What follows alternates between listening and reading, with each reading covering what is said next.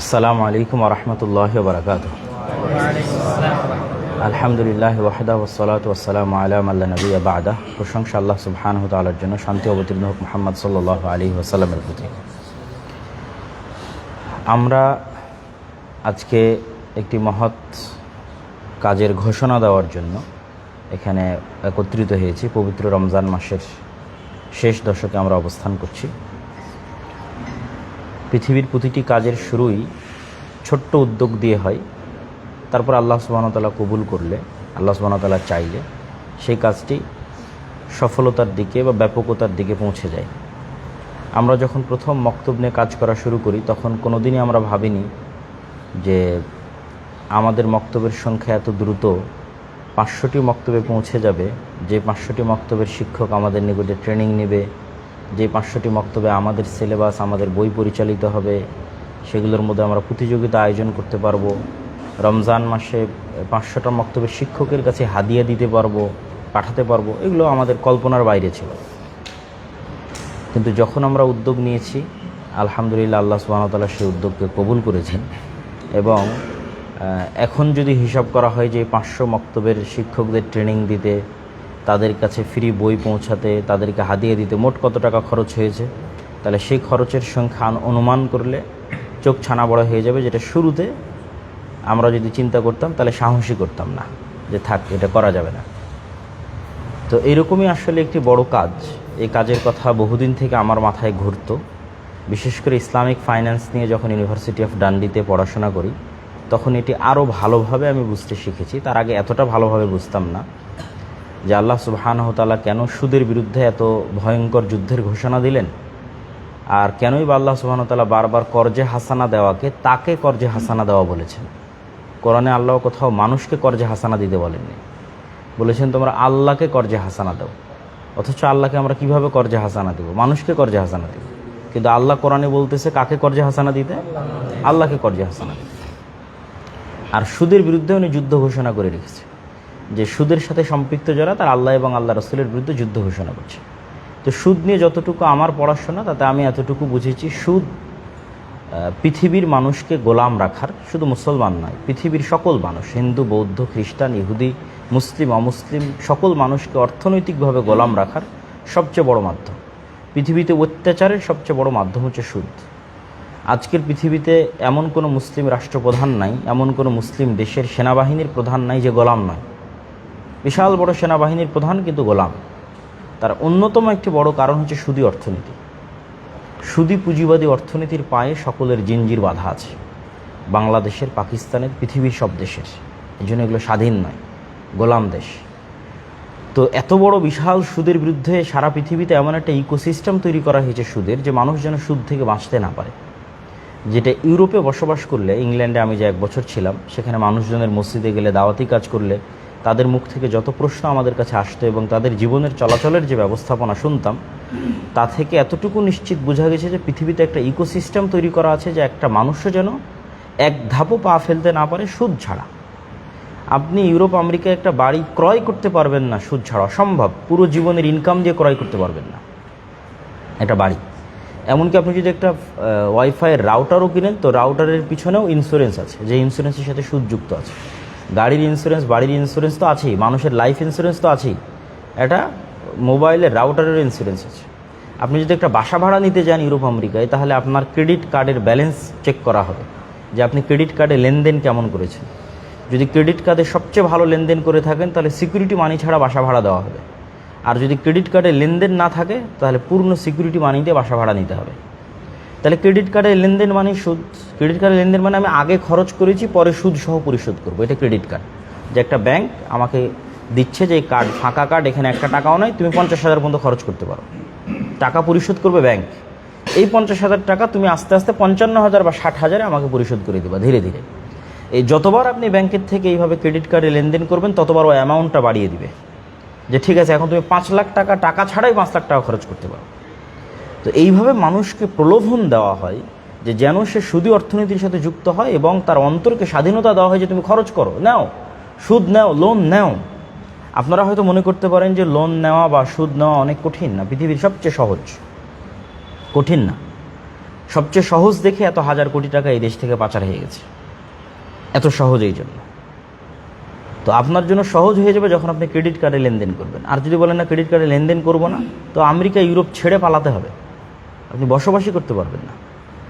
তাহলে এই যে পুরো পৃথিবীতে একটা ইকোসিস্টেম ডেভেলপ করা হচ্ছে, যে ইকোসিস্টেমটা তৈরি হচ্ছে সুদের ভিত্তিতে। তো আসলে এত বড় বিশাল ইকোসিস্টেমের বিরুদ্ধে আমি একাই লড়াই করবো, আমরা একাই লড়াই করবো, এটা সম্ভব নয়। কিন্তু চেষ্টা তো করা উচিত। চেষ্টা করলে অন্তত আল্লাহর দরবারে বলতে পারবো যে আমরা পৃথিবীতে বেঁচে থাকা অবস্থায় সুদের মতো একটা ভয়াবহ জুলমের বিরুদ্ধে ন্যূনতম হলেও লড়াই করার চেষ্টা করেছিলাম। আমি যখন আমাদের এই গ্রাম অঞ্চলগুলোতে প্রবেশ করি, সেটা আমার নানির বাড়ি হোক অথবা দাদির বাড়ি হোক, যেমন আমার দাদির বাড়িতে নতুন যে ব্রিজ আছে, ব্রিজ পার হওয়ার পর থেকে হায়াত মোড়ের পর থেকে আমার দাদির বাড়ি পর্যন্ত যেতাম। আমি একদিন গণার চেষ্টা করছিলাম যে কত সুদী এনজিও এই অঞ্চলে কাজ করে। তো গুণে শেষ করতে পারিনি। এত ভিন্ন ভিন্ন বোর্ড, ভিন্ন ভিন্ন এনজিওর এত বোর্ড, যে তারা সেখানে কার্যক্রম পরিচালনা করতেছে। 15-20টার বেশি হবে, 5 থেকে 6 কিলোমিটার জায়গার মধ্যে তাদের অফিস আছে। তাহলে এমন একটা পরিবার খুঁজে পাওয়া কঠিন, যেই পরিবারের মানুষ সুদের সাথে সম্পৃক্ত না।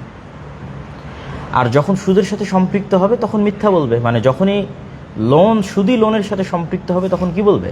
মিথ্যা বলবে। আর মিথ্যা বলা হচ্ছে গোলামের স্বভাব। যারা কৃতদাস হয় তাদের স্বভাব। স্বাধীন ব্যক্তি, নেতা, নেতৃত্ব দানকারী, গুণের অধিকারী ব্যক্তি কখনো মিথ্যা বলে না। তাহলে আমরা তো ছোটোর থেকে গোলাম হচ্ছি, আমাদের পুরো সমাজ ব্যবস্থা ছোটোর থেকে গোলাম হচ্ছে, মানে ছোটোর থেকে দুর্নীতিবাজ হিসেবে গড়ে উঠতেছে। তো এই যে পুরো পৃথিবীতে বা আমাদের সমগ্র বাংলাদেশে সুদ ভিত্তিক যে লোন ব্যবস্থা গড়ে উঠেছে, এর বিরুদ্ধে আমাদের একটি উদ্যোগ নেওয়া জরুরি ছিল। আমরা ছোট পরিসরে হলেও সেই উদ্যোগের ঘোষণা আজকে দিতে যাচ্ছি। আমি দেখেছি আমার আব্বুকে, আমার পাশেই বসে আছে, মানুষ ওনার কাছে কর্জ চাইলে উনি প্রচুর কর্জে হাসানা দিতেন। তো এটাও ওনারই একটা আমলকে আমরা আনুষ্ঠানিক রূপ দিচ্ছি। আমরা যখন দাওয়াতি কাজ করতে গেছি, তখন আমি এই কথাটা বারবার তুলে ধরেছি। শাইখ আব্দুর রাজ্জাক বিন ইউসুফ বলে যে জরুরি কাজ হচ্ছে 5টা। তো জরুরি কাজের মধ্যে একটা জরুরি কাজ উনি বলে যে কোরআন তেলাওয়াত করতেই হবে, না পারলে সূরা ইখলাস পাঠ করতে হবে। তো ওইটাই আমরা একটা প্রতিষ্ঠান তৈরি করে দিয়েছি ওই কথাকে ভিত্তি করে, আর দাওয়া ইলাল্লাহ, যে মানুষকে কী শেখাতে হবে? কোরআন শেখাতে হবে। তো ওনার একটা ব্যক্তিগত আমল যে উনি মানুষকে প্রচুর কর্জে হাসানা দিয়েছেন, এখনও দেন, নেওয়ার চাইতে দেওয়া বেশি। তো সেটাকে আমরা প্রাতিষ্ঠানিক একটা রূপ দিতে চাচ্ছি, যে আমাদের সাধ্যের জায়গা থেকে আমরা সুদমুক্ত ক্ষুদ্র ঋণের কার্যক্রম শুরু করব। এবং এটার নাম জাস্টিস বা ন্যায় বিচার বা ন্যায়পরায়ণতা। এটা কেন দেওয়া? আপনারা খুব ভালো করে যারা অবগত আছেন, আমার বক্তব্য শুনেন বা শুনেছেন, যে গত 5ই আগস্টের পর থেকে আমি যত বক্তব্য দিয়েছি, প্রত্যেক বক্তব্যে আমি বলেছি যে ন্যায়পরায়ণতা এবং সত্যবাদিতা হচ্ছে ইসলামী নেতৃত্বের মূল ভিত্তি। এবং আমাদের ইসলামী রাষ্ট্রের মূল ব্র্যান্ডিং হচ্ছে ন্যায় বিচার, যেটা ঈসা আলাইহিস সালামের ক্ষেত্রে আল্লাহর নবী বলেছে, উনি হাকামান মুকসিতা, ন্যায় বিচার প্রতিষ্ঠাকারী শাসক হবেন। তো ন্যায় বিচার হচ্ছে ইসলামের রাষ্ট্র ব্যবস্থার মূল ভিত্তি।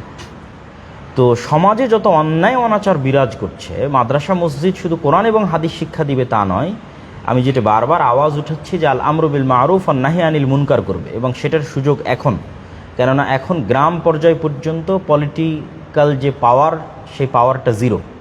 যদিও আমাদের গোলামির স্বভাবের কারণে আমরা এক দল থেকে আর এক দলে দ্রুতই ট্রান্সফার হচ্ছে।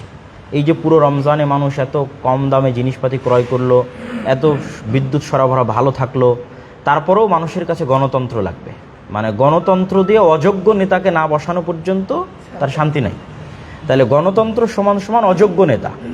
আর এখন যে পদ্ধতিতে নেতা নির্বাচন হয়েছে, এটা হচ্ছে ইসলামী নেতৃত্ব নির্বাচনের পদ্ধতি, যে পরামর্শের ভিত্তিতে সবচেয়ে যোগ্য মানুষকে নেতা বানানো। এটা হল ইসলামী নেতৃত্ব। তাহলে ইসলামী নেতৃত্বের রেজাল্ট কি? যোগ্য মানুষ। আর গণতন্ত্রের রেজাল্ট কি? অযোগ্য, চোর, বাটপার। তো এইটা যেটা চলমান আছে, এটাকে উচ্ছেদ করে কিভাবে অযোগ্য, চোর, বাটপারদের ক্ষমতায় বসানো যায়, তার পদ্ধতির নাম কি? গণতন্ত্র। তো এই যে সমাজে যে অন্যায় অনাচারগুলো আছে, মসজিদ মাদ্রাসার শিক্ষার বাইরেও, দিনী শিক্ষার বাইরেও আমাদেরকে এই অন্যায় অনাচারের বিরুদ্ধে আওয়াজ উঠাতে হবে। যে সমাজে যে অন্যায় অনাচার আছে, তার মধ্যে আমার দৃষ্টিতে সবচেয়ে বড় অন্যায় জুলম হচ্ছে কি? সুদ। যেই সুদ বর্তমান সমগ্র পৃথিবীতে ইকোসিস্টেম তৈরি করা আছে, সমাজে যতগুলো অন্যায় চলে তার মধ্যে একটা বড় অন্যায় হচ্ছে সুদ। তো এই জন্য আমরা নাম দিয়েছি জাস্টিস, যে ন্যায়। এই সুদের বিরুদ্ধে লড়াই করে আমরা যদি ন্যূনতম 2-1 মানুষকেও কর্জে হাসানা দিয়ে তাকে সুদের লোন থেকে বাঁচাতে পারি, তাহলে আমরা ন্যায় প্রতিষ্ঠা করলাম। এটা হচ্ছে ন্যায় প্রতিষ্ঠার সংগ্রাম, পৃথিবীতে ন্যায় প্রতিষ্ঠার সংগ্রাম। এটা ইসলামী নেতৃত্বের ভিত্তি। তো এটার ঘোষণা হিসেবে আমরা আজকে এটার ঘোষণা দিচ্ছি, এবং আমাদেরই আপাতত কিছু ভাইকে কর্জে হাসানা দেওয়া ছিল এবং কিছু ভাইকে আমরা কর্জে হাসানা দিব। এবং এই কর্জে হাসানা প্রজেক্টের সবচেয়ে মজার যে বিষয়, মজার যে দিক, যেটা বলে আমি আমার বক্তব্য শেষ করব, সবচেয়ে মজার দিক হচ্ছে আপনি মসজিদে দান করলেন, মসজিদ নির্মাণ হয়ে কিন্তু টাকাটা শেষ হয়ে গেল। হ্যাঁ, মসজিদ যতদিন থাকবে সেটা চলতে থাকবে। মাদ্রাসায় দান করলাম বা জমি কেনার জন্য দান করলাম, টাকা খরচ করে টাকা কিন্তু শেষ হয়ে যাচ্ছে।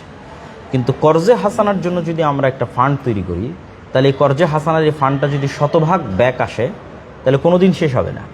ওইটা আবার আরেকজনের কাছে যাবে, তার কাছ থেকে ব্যাক আসলে আবার আরেকজনের কাছে যাবে, এবং এই ফান্ডটা যত বাড়তে থাকবে তত বেশি পরিমাণ মানুষ এই টাকা থেকে উপকৃত হবে। তো এইটা হচ্ছে কর্জে হাসানার সবচেয়ে মজার দিক, যে এটা শেষ হওয়ার সম্ভাবনা নাই। যিনি এই প্রজেক্টে অংশগ্রহণ করবে তার টাকাটা স্থায়ীভাবে মানুষের মধ্যে ঘুরতে থাকবে, আর কত হাজার কত লক্ষ মানুষ এটার থেকে উপকৃত হবে তা আল্লাহ সুবহানাহু ওয়া তাআলা ভালো জানে। তো আমরা আমাদের এই জাস্টিস প্রতিষ্ঠার যে সংগ্রাম বা জাস্টিস মুভমেন্ট যেটি বলি না কেন, সেটির প্রথম ঘোষণা হিসেবে পবিত্র রমজান মাসের এই দিনে আমরা এই কর্জে হাসানা প্রজেক্টের উদ্বোধনের ঘোষণা দিচ্ছি। আমরা আল্লাহ সুবহানাহু ওয়া তাআলার কাছে দোয়া করি সিয়াম অবস্থায় যে আল্লাহ সুবহানাহু ওয়া তাআলা আমাদের প্রজেক্টে কবুল করুক, আল্লাহুম্মা আমিন। এবং আমরা পাকিস্তানের একটি ফাউন্ডেশনকে আদর্শ বা মডেল হিসেবে রেখেছি। আমাদের এটির মূল ভিত্তি হবে যে আমরা ব্যাপকভাবে সবাইকে দিতে পারবো এটা এখন বলতে পারবো না, কিন্তু আমাদের শুরুটা যে আমরা কাদেরকে দিব, আমরা অবশ্যই আমাদের থেকে ট্রেনিং প্রাপ্ত যে মক্তবগুলো আছে দাওয়ায়ে ইলার অধীনে পরিচালিত এবং আল জামিয়া সালাফিয়ার সাথে মোয়াদালা বা অধিভুক্ত যে শিক্ষা প্রতিষ্ঠানগুলো আছে, এই শিক্ষা প্রতিষ্ঠান এবং এই মক্তবগুলোর মাধ্যমে প্রথমে দেওয়া শুরু করব। তথা এই মক্তবগুলো এবং এই প্রতিষ্ঠানগুলোই হবে আমাদের অফিস বা আমাদের সেন্টার। আমরা একজনকে দিই, দুইজনকে দিই, পাঁচজনকে দিই, 10 জনকে দিই, সেই থ্রুতে সেই পরিচয়ের ভিত্তিতেই আমরা আগাবো ইনশাআল্লাহ। সুতরাং কেউ যদি এটির থেকে উপকার গ্রহণ করতে চান, এটার আরেকটা আমাদের কেন আমরা এই মক্তব এবং শিক্ষা প্রতিষ্ঠানগুলোর সাথে সম্পৃক্ত করতেছি, এই দুইটা মিলে মসজিদের পাওয়ার বাড়াবে। এটা হচ্ছে মসজিদকে শক্তিশালী করা, এম্পাওয়ারমেন্ট অফ মস্ক। এটা আরেকটা আমার থিওরি চিন্তা ভাবনা, যে সমাজে মসজিদকে যতটা শক্তিশালী করা যাবে, মসজিদ সমাজের অন্যায়ের বিরুদ্ধে ততটা আওয়াজ উঠাতে পারবে। তাহলে একটা মসজিদে যখন আপনার মক্তব চলতেছে, আবার ঠিক ওই একই মসজিদ থেকে আপনি যখন কর্জে হাসানার প্রজেক্ট বিতরণ করতেছেন বা এইরকম ওই মসজিদ থেকে আরও যখন কার্যক্রম করবেন, তখন অটোমেটিকই ওই মসজিদের ক্ষমতাটা বাড়বে, ওই গ্রামের মধ্যে ওই এলাকার মধ্যে এম্পাওয়ারমেন্ট হবে, ন্যূনতম হলো আগের চাইতে একটু বাড়বে। তো এই যে ক্ষমতায়ন যখন হবে মসজিদের, তখনই সে প্যারালাল আর যারা তার ওই গ্রামে বসবাস করে, মেম্বার হোক, চেয়ারম্যান হোক, তাদের সাথে বিচার সালিশ, অন্যায় অনাচার যা কিছু সমাজে পরিচালিত হয়, সেটা রেজাল্ট পেতে হবে এটা কথা নয়, কিন্তু বাধা দিতে হবে, অন্যায়কে বন্ধ করার চেষ্টা করতে হবে সাধ্য অনুযায়ী, যেটা আল্লাহ আমাদের আদেশ দিয়েছে, আল আমরু বিল মারুফ ওয়ান নাহয়ু আনিল মুনকার, সৎ কাজের আদেশ, অসৎ কাজের নিষেধ। তো আমরা এটির মাধ্যমে আমরা চাচ্ছি যে আরও মানুষ আমাদের এই প্রজেক্টগুলোর প্রতি উদ্বুদ্ধ হোক এবং আমরাও এই প্রজেক্টগুলোকে শক্তিশালী করি এবং একটা আর একটা সহযোগী হোক। তো আল্লাহ সুবহানাহু ওয়া তাআলা আমাদের এই কাজকে কবুল করুক, আল্লাহুম্মা আমিন। আমি এই বলে আমার কথা শেষ করছি, আর আব্বুকেও কিছু বলার জন্য বলতেছি, উনি আরও এই বিষয়ের গুরুত্ব আছে। এখানে আরেকটা কথা আমার ছুটে গেছে, সেটা হচ্ছে ইসলামে কিন্তু আমি ইসলামিক ফাইন্যান্স পড়ে যেটা বুঝেছি যে হ্যাঁ, তাহলে বর্তমান ইসলামিক ব্যাংকিংয়ের বিষয়ে কি বলবেন আপনি, আপনার মন্তব্যকে। আমি রাসূল সাল্লাল্লাহু আলাইহি ওয়াসাল্লামের ইসলামী অর্থনীতি পড়ে যেটা বুঝেছি যে রাসূল সাল্লাল্লাহু আলাইহি ওয়াসাল্লামের পুরো মুভমেন্টটা ছিল লোন বিরোধী। লোন বিরোধী মানে মানুষ তখনই লোন নিতে পারে যখন সে মরা অবস্থা, যখন সে এমন কোনো জরুরি কাজে আটকে গেছে যেখান থেকে সে উদ্ধার হতে পারছে না। কিন্তু বিলাসী পণ্যের জন্য মানুষ লোন নিবে এরকম কোনো দলিল কোরআন হাদিসে আমি খুঁজে পাইনি। বিলাসী পণ্য বলতে, আমার বাড়ি মাটির আছে, আমি এখন পাকা করব, আমি এখন সাইকেলে যাতায়াত করি, সাইকেল বাদ দিয়ে আমি মোটর সাইকেল নিব, আমার বাড়িতে আমি এখন গোস্ত গরম করে ঠিক রাখি, এটা আমার কষ্ট হচ্ছে, এখন আমি ফ্রিজ নিব, আমার বাড়িতে এখন বিদ্যুৎ নয়, আমি এখন কারেন্ট নিব। এই বিলাসী পণ্যগুলো অতিরিক্ত করার জন্য লোন নেওয়া যায় এর কোনো প্রমাণ আমার জানা নাই, বরং রাসূল সাল্লাল্লাহু আলাইহি ওয়াসাল্লাম এটার প্রতি বারবার কী করেছে, নিরুৎসাহিত করেছে। তাহলে মানুষ সর্বোচ্চ বিপদে পড়ে লোন নিতে পারে, আর একটা হচ্ছে ব্যবসায় ইনভেস্ট করতে পারে। তো আমাদের এই কর্জে হাসানার প্রজেক্টটাও আমরা আপাতত এতটুকুর মধ্যে সীমাবদ্ধ রাখতেছি যে ক্ষুদ্র ঋণ দিয়ে যারা উদ্যোক্তা হবে তাদের জন্যই আমরা এটি ব্যয় করব, যে মানুষ ব্যবসা করে আর 5 জন 10 জনের কর্মসংস্থানের ব্যবস্থা করবে, এটা এক প্রকার ইনভেস্টমেন্টের মতো, কিন্তু কর্জে হাসানা হিসেবেই যাবে। তাহলে ব্যাংকিং ব্যবস্থার সমাধান কি? ব্যাংকিং ব্যবস্থা তৈরি হয়ে আছে পুঁজিবাদী এবং বস্তুবাদী ব্যাংকিং ব্যবস্থা তৈরি হয়ে আছে বিলাসী পণ্য কিনতে মানুষকে লোন দেওয়া। যতগুলো ইসলামিক ব্যাংকিংও যতগুলো অপশন তৈরি করা হয়েছে, কিভাবে গাড়ি নিবে লোনে, গাড়ি তো বিলাসী পণ্য, গাড়ি লোনে নেওয়া জায়েজ কিনা আগে এটা প্রশ্ন করতে হবে। যদি সেটা সুদ ছাড়াও হয় তবুও জায়েজ কিনা। যে আমি কর্জ করে গাড়ি নিব, আগে এটা প্রশ্ন করতে হবে যে সুদ ছাড়া কর্জ নিয়ে গাড়ি নেওয়া জায়েজ কিনা, এটার প্রশ্ন আসতে হবে আগে।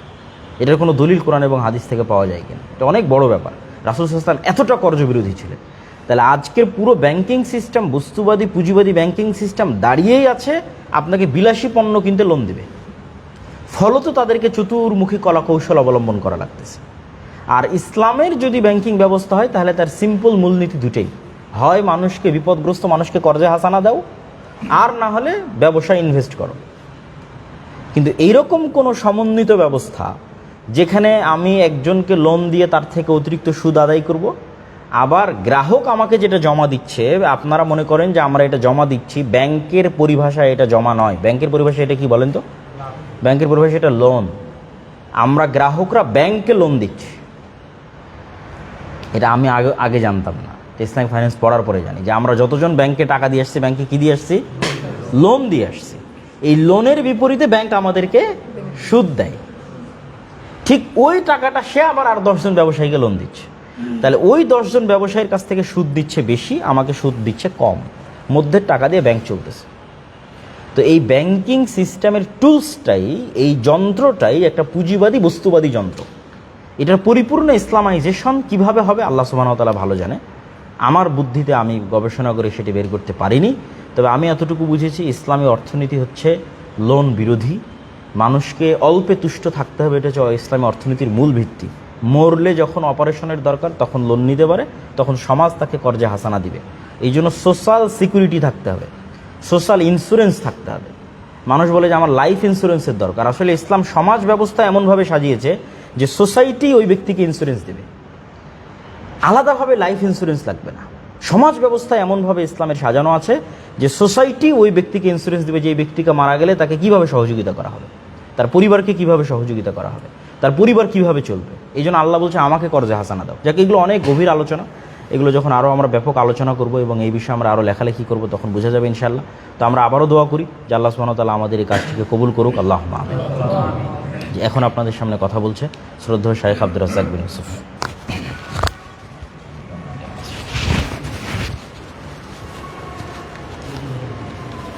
আসসালামু আলাইকুম ওয়া রাহমাতুল্লাহ। আলহামদুলিল্লাহি ওয়াহদা ওয়াসসালাতু ওয়াসসালামু আলা মান লা নাবিয়্যা বাদা। আম্মা বা'দ। ফাআউযু বিল্লাহি মিনাশ শাইতানির রাজীম। তাআওয়ানু আলাল বিররি ওয়াত তাকওয়া ওয়া লা তাআওয়ানু আলাল ইসমি ওয়াল উদওয়ান। عن أبي هريرة رضي الله تعالى عنه قال قال رسول الله صلى الله عليه وسلم الله في عون عبده ما كان العبد في عون أخيه রাওয়াহু মুসলিম।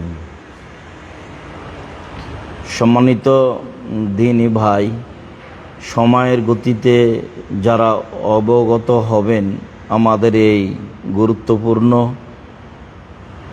মানুষের উপকারী বিষয়টি, ক্ষুদ্র ঋণের ব্যবস্থা, তারা অবশ্যই বিষয়টিকে সে অনুযায়ী মূল্যায়ন করবেন মর্মে আমি বলি, উপস্থিত অনুপস্থিত দিনী ভাই বোন, প্রশংসা আল্লাহর জন্য।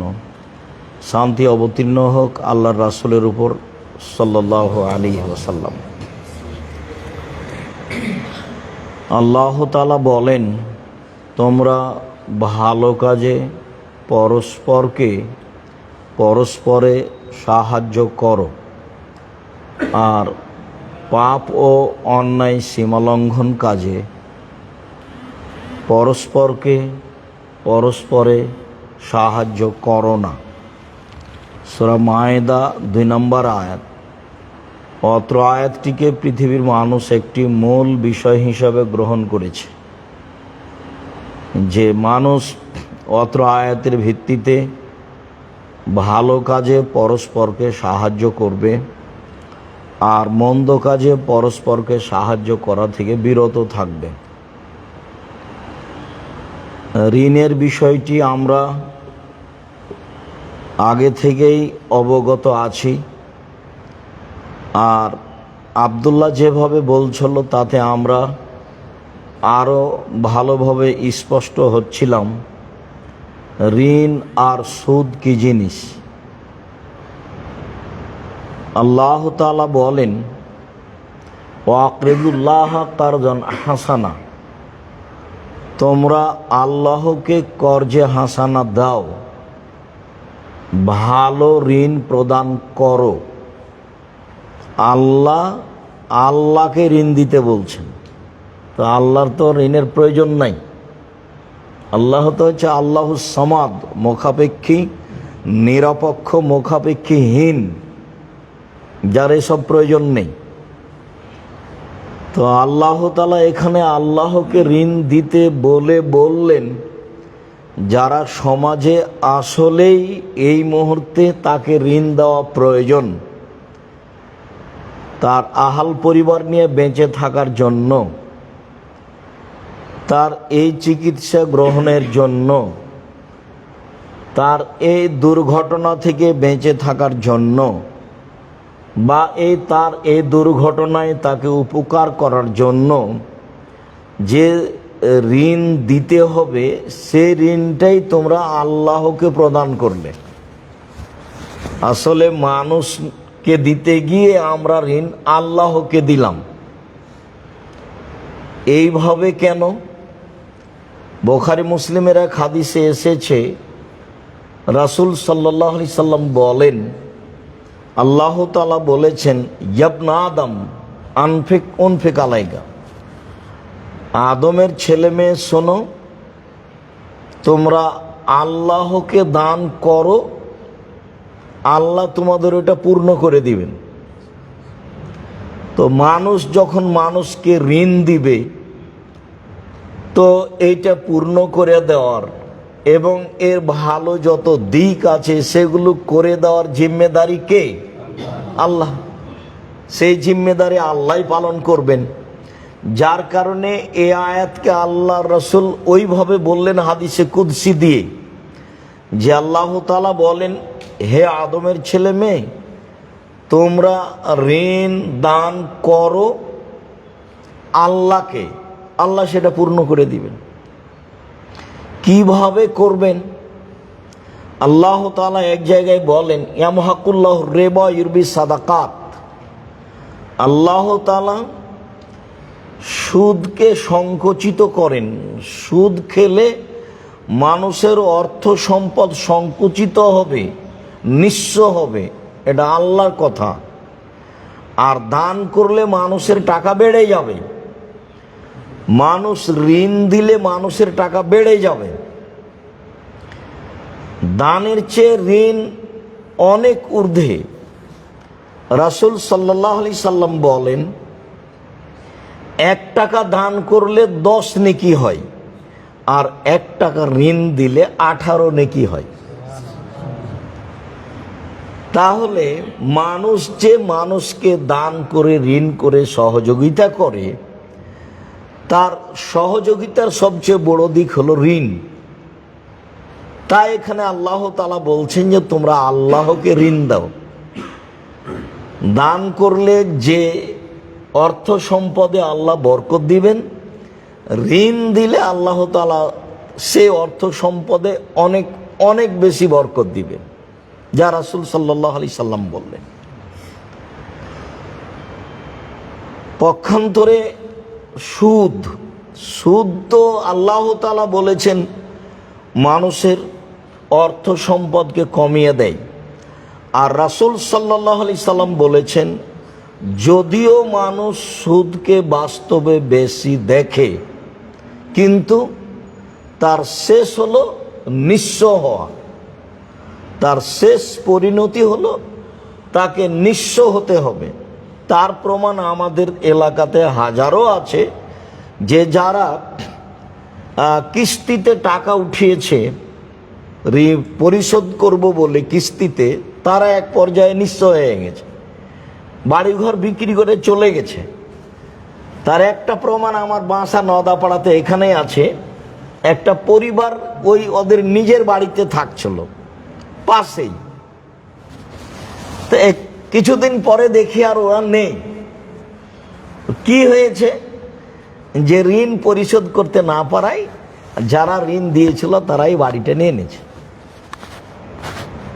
তো এখন সুদ গ্রহণ করার কারণে একেবারে মানুষ কি হয়ে গেছে, বাড়ি ভিটা বাস্তু ভাড়া হয়ে গেছে, থাকারও আর জায়গাটা নেই।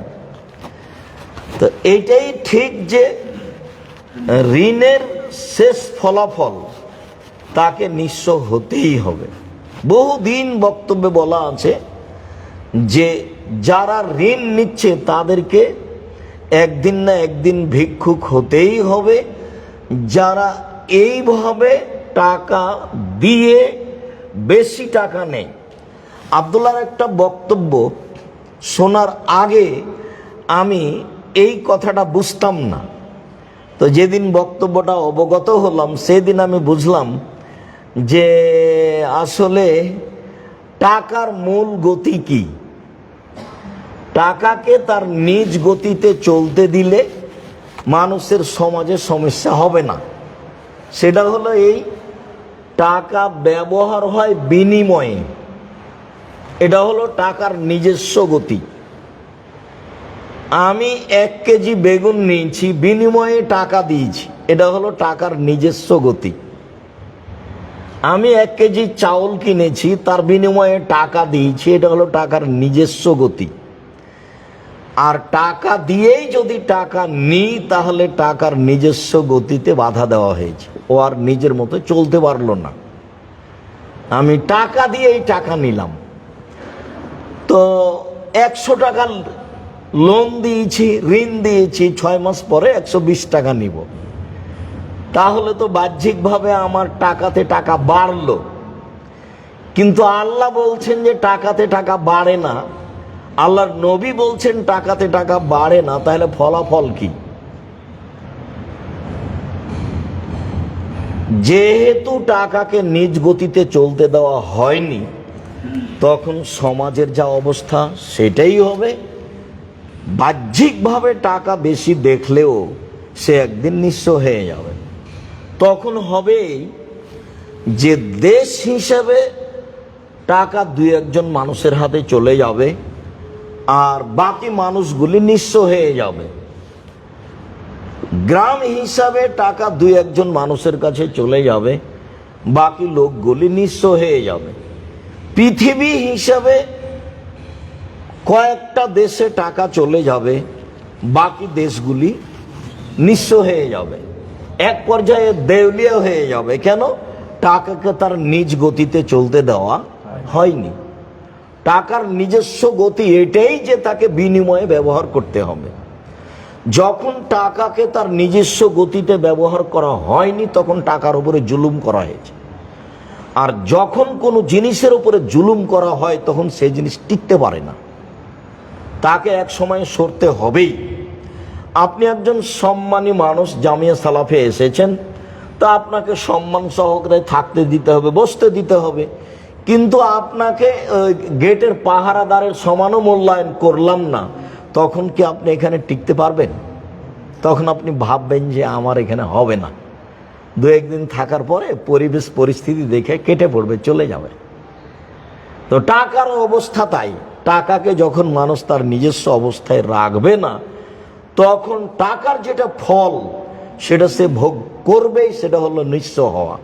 তাই আল্লাহ বলেছেন, তাই নবী বলেছেন, মানুষ টাকা দিয়ে টাকা নিলে তাকে নিঃস্ব হতেই হবে, আজ হোক আর কাল হোক।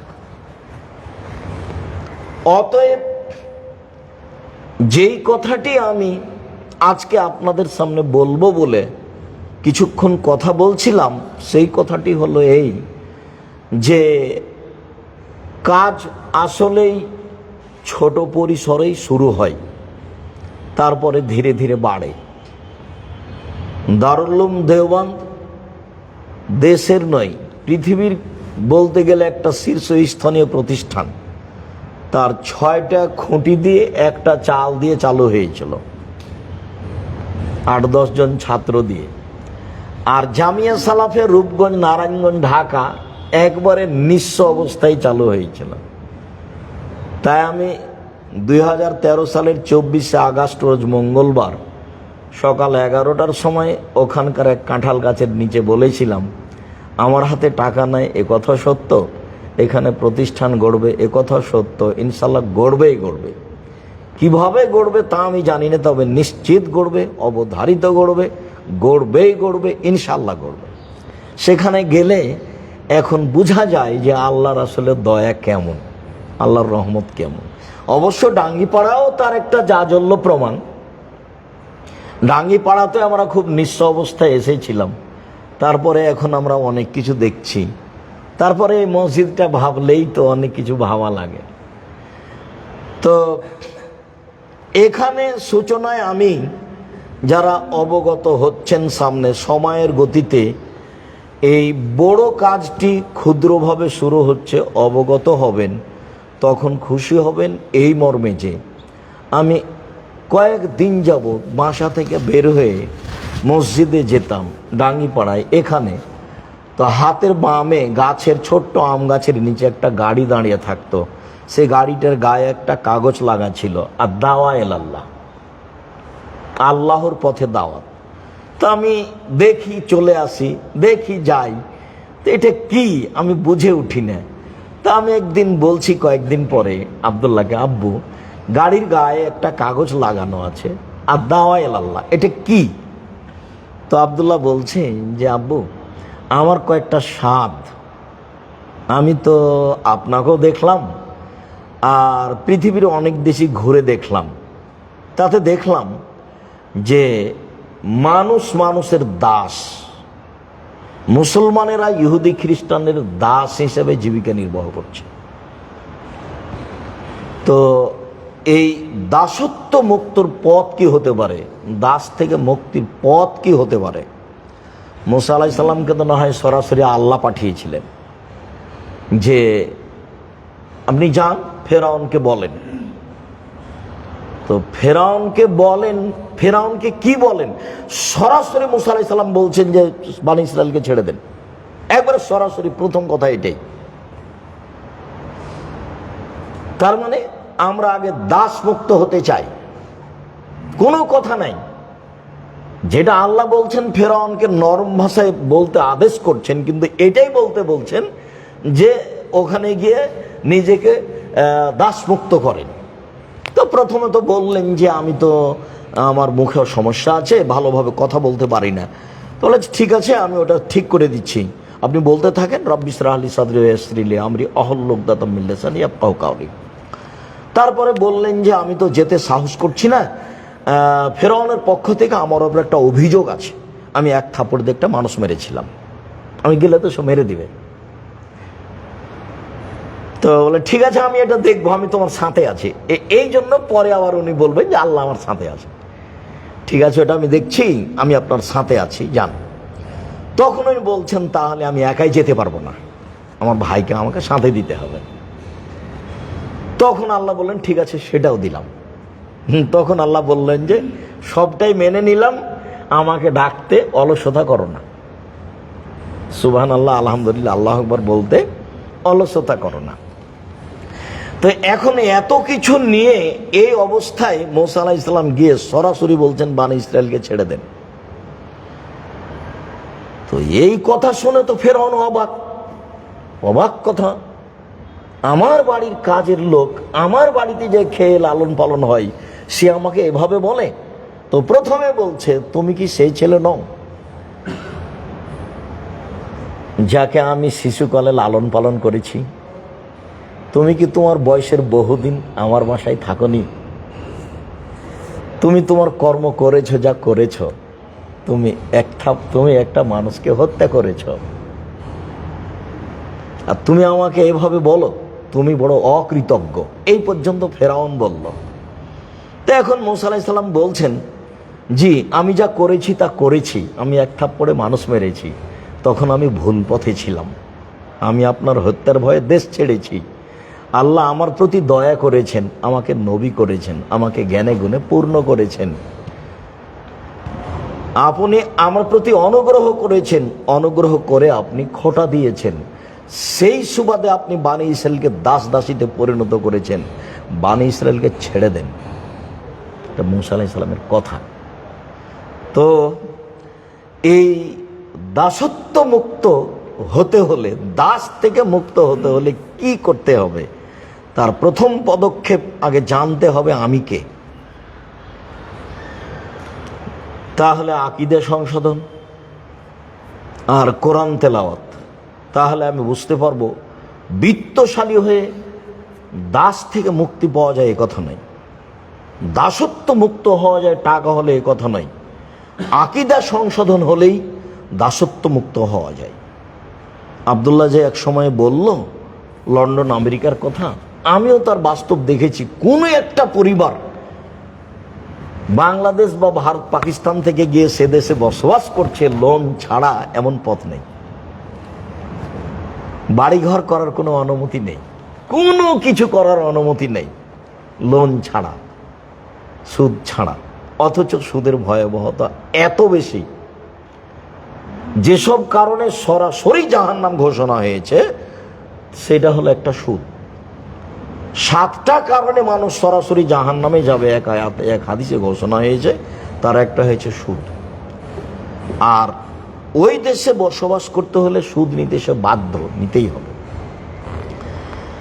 আর সুদ মুক্ত জীবন মানুষকে কাটাতে হলে ছোট থেকে ছোট, বড় থেকে বড় মানুষকে ঋণ দেওয়ার ব্যবস্থা করতে হবে। তো আব্দুল্লাহ বলল যে আব্বু, মানুষকে যদি দাস দাসী থেকে মুক্তি পেতে হয় তাহলে আকীদা সংশোধন করতে হবে আর কোরআন তেলাওয়াত করতে হবে। সেই সুবাদেই সারা দেশ জুড়ে মক্তব পরিচালনা করতে চাই। মসজিদ ভিত্তিক মানুষ শিক্ষা অর্জন করবে, আকীদা সংশোধন করবে, কোরআন তেলাওয়াত করবে। সেই সুবাদেই এর নাম দেওয়া হয়েছে আদ-দাওয়া ইলাল্লাহ। আর আরেকটা আমার স্বাদ, কয়েকটার আরেকটা স্বাদ, একটা ক্ষুদ্র ঋণ দেশে চালু করতে হবে।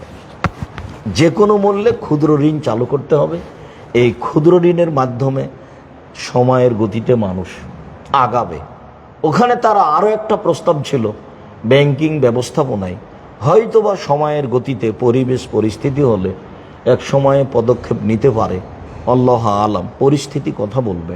তখন আমি বলেছিলাম আব্বু, তোমার এই কাজগুলি খুব সুন্দর, আমি তোমার সাথে একমত এবং আল্লাহর কাছে দোয়া করি আল্লাহ যেন তোমার এই আদ-দাওয়া ইলাল্লাহ সারা দেশ জুড়ে মসজিদ ভিত্তিক দাওয়াতি কার্যক্রম, কোরআন শিক্ষা, এগুলো যেন আল্লাহ কবুল করেন। তো তার আমরা একটা ফলাফল ভালো, খুব তাড়াতাড়ি ভোগ করছি। তো সেদিন এই কথাটাও ছিল ক্ষুদ্র ঋণ। তা আজকের যে পদক্ষেপ যেটা আপনাদের সামনে পেশ করা হচ্ছে সেটা হলো ক্ষুদ্র ঋণ, যাতে করে মানুষ সুদ থেকে বাঁচতে পারে। মানুষকে সুদ থেকে বাঁচানোর জন্য এই বড় পদক্ষেপ। যে সুদের ফলাফল সামাজিকভাবে আছে নিঃস্ব হওয়া, যে সুদের ফলাফল পরকালীন আছে জাহান্নামে যাওয়া। আহাল্লাহুল বাই'a ওয়া হাররামার রিবা, আল্লাহ তাআলা ব্যবসা বাণিজ্যকে বৈধ করেছেন আর সুদকে চিরদিনের জন্য হারাম করেছেন। আল্লাহ তাআলা হারাম করেছেন, রাসূল সাল্লাল্লাহু আলাইহি ওয়াসাল্লাম হারাম করেছেন। শুধু হারাম করেননি, সুদের ফলাফলে দুনিয়াবি ফলাফল বলেছেন। যারা সুদ খায় তারা একদিন নিঃস্ব হবে। তো যারা সুদ নেয়, যারা সুদের অঙ্ক কষে, যারা সুদের সাক্ষী থাকে, তারাও ক্ষতিগ্রস্ত হবে। ক্ষতিতে সমান সমান, এ কথা আল্লাহ রাসূল বলেছেন। আর পরকাল তো আছেই। তো আমরাও মনে করি যে আব্দুল্লাহর এই কাজটিতে আমাদের পরামর্শ এবং সহযোগিতা আন্তরিকভাবে থাকা একান্ত প্রয়োজন। সাথে সাথে যেটা আমরা বেশি জাতির কাছে দাবি রাখি সেটা হলো এই যে এই কাজটা সত্যই যদি মনে করি যে একটা সামাজিক বড় উপকার এবং মানুষকে সুদ থেকে মুক্ত করার মাধ্যম, তাহলে প্রথমত আমরা আন্তরিকভাবে আব্দুল্লাহর এই কাজটার জন্য আল্লাহর কাছে দোয়া করব, আল্লাহ তার এই ক্ষুদ্র ঋণ মানুষকে সুদ থেকে মুক্ত রাখার জন্য এটা তুমি কবুল করো। আল্লাহ তুমি এই একটা পদক্ষেপকে কবুল করো, যেই পদক্ষেপ তুমি পছন্দ করো, যেই পদক্ষেপ তোমার নবী মুহাম্মদ সাল্লাল্লাহু আলাইহি ওয়াসাল্লাম পছন্দ করেন, যেই পদক্ষেপ জাতির জন্য উপকারী, যেই পদক্ষেপ জনগণের জন্য, সব পরিবারের জন্য উপকারী, তুমি এটা কবুল করো। আমি সকল দিনই ভাই বোনকে তার এই পদক্ষেপ আল্লাহ কবুল করুক এটা দোয়া করার জন্য আন্তরিকভাবে অনুরোধ জানাচ্ছি। একবারে মন খোলে, মন ভরে আন্তরিকভাবে আল্লাহকে বলবেন। যারা আমার সামনে আছেন, যারা দেশ বিদেশের বিভিন্ন প্রান্ত হতে সময়ের গতিতে অবগত হবেন, তারা এই সামাজিক বড় কাজটাকে আল্লাহ যেন কবুল করেন, এই জন্য দোয়া করবেন। আল্লাহ তুমি এটা কবুল করো। আর এটা যেন সুন্দরভাবে চলতে থাকে, তার জন্য কি পরামর্শ লাগবে, কি করা লাগবে, দেশের সচেতন পুরুষ নারীর কাছে জোরালো দাবি থাকবে। আপনারা সময়ের গতিতে আবদুল্লাহ এবং আবদুল্লাহর সাথে যারা থাকবে তাদেরকে পরামর্শ দিবেন অবশ্যই। সেটা যেন সময়ের গতিতে ভালো থেকে ভালো, সুন্দর থেকে সুন্দরভাবে সমাজের কাছে গড়ে ওঠে। সম্মানিত দিনী ভাই বোন, ঋণের ব্যাপারে আর কত বলি। রাসূল সাল্লাল্লাহু আলাইহি সাল্লাম যতগুলো জিনিস থেকে বাঁচতে চাইতেন, তার একটা জিনিস থেকে বাঁচতে চাইতেন, সলাতে সালাম ফেরার পূর্বে আউযু বিকা মিনাল মা'সামি ওয়াল মাগরাম। আমি তোমার কাছে বাঁচতে চাচ্ছি বড় পাপ হতে, আমি তোমার কাছে বাঁচতে চাচ্ছি ঋণ কর্য হতে। আয়েশা রাদিয়াল্লাহু তাআলা আনহা বলেন, এমন কোনোদিন আল্লাহ রাসূল সালাত আদায় করেননি যেই সলাতে সালাম ফেরার পূর্বে এই দোয়া পড়েননি। কি? আল্লাহুম্মা ইন্নী আউযু বিকা মিন আযাবি জাহান্নাম ওয়া আউযু বিকা মিন আযাবিল কবর। হে আল্লাহ, তোমার কাছে আমি জাহান্নামের শাস্তি থেকে বাঁচতে চাচ্ছি, তোমার কাছে আমি কবরের শাস্তি থেকে বাঁচতে চাচ্ছি। ওয়া আউযু বিকা মিন ফিতনাতিল মাসিহিদ দাজ্জাল, তোমার কাছে আমি দাজ্জালের ফিতনা থেকে বাঁচতে চাচ্ছি। ওয়া আউযু বিকা মিন ফিতনাতিল মাহি ওয়াল মামাত, তোমার কাছে দুনিয়াবি ফিতনা এবং তোমার কাছে পরকালের ফিতনা থেকে বাঁচতে চাচ্ছি।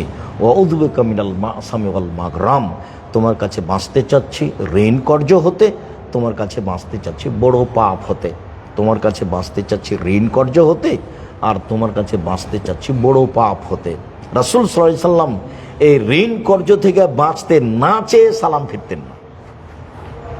সাথে সাথে যার এরকম কিছু থেকেছে, আল্লাহ রাসূল তার জানাজা করেননি।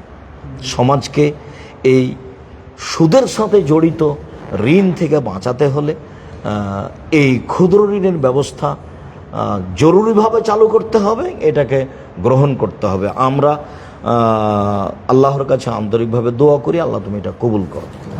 সমাজের মানুষকে সুদমুক্ত করো, সমাজের মানুষকে ঋণযুক্ত সুদ হতে রক্ষা করো। যেটা আসলে ঋণ নয়, যেটা আসলে সুদ, যেটা মানুষের উপকার নয়, যেটা আসলে মানুষের ক্ষতি। যে ঋণের কথা আল্লাহ বলেছেন সেটা নয়, যে ঋণের কথা নবী বলেছেন সেটা নয়। মূলত ওই ঋণই হতে হবে যেটা হবে সুদ মুক্ত। মূলত ওই ঋণই হতে হবে যেটার ফলাফল হবে ভালো, জান্নাত, জাহান্নাম নয়। সম্মানিত দিনী ভাই বোন, আপনাদের কাছে এই পদক্ষেপের জোরালো দোয়া, দাবি, পরামর্শ রেখে, পরামর্শের জোরালো দাবি রেখে আপাতত আজকের মতো কথা এখানেই শেষ করলাম। সুবহানাকা আল্লাহুম্মা ওয়া বিহামদিকা আশহাদু আল্লা ইলাহা ইল্লা আনতা আস্তাগফিরুকা ওয়া আতুবু ইলাইক। আসসালামু আলাইকুম।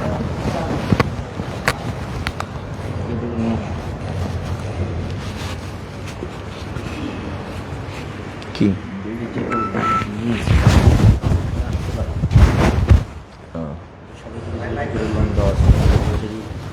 আচ্ছা আচ্ছা, আমাদের পক্ষ থেকে তো অনেকের কাছে দেওয়া ছিল, সেগুলো তো এখানে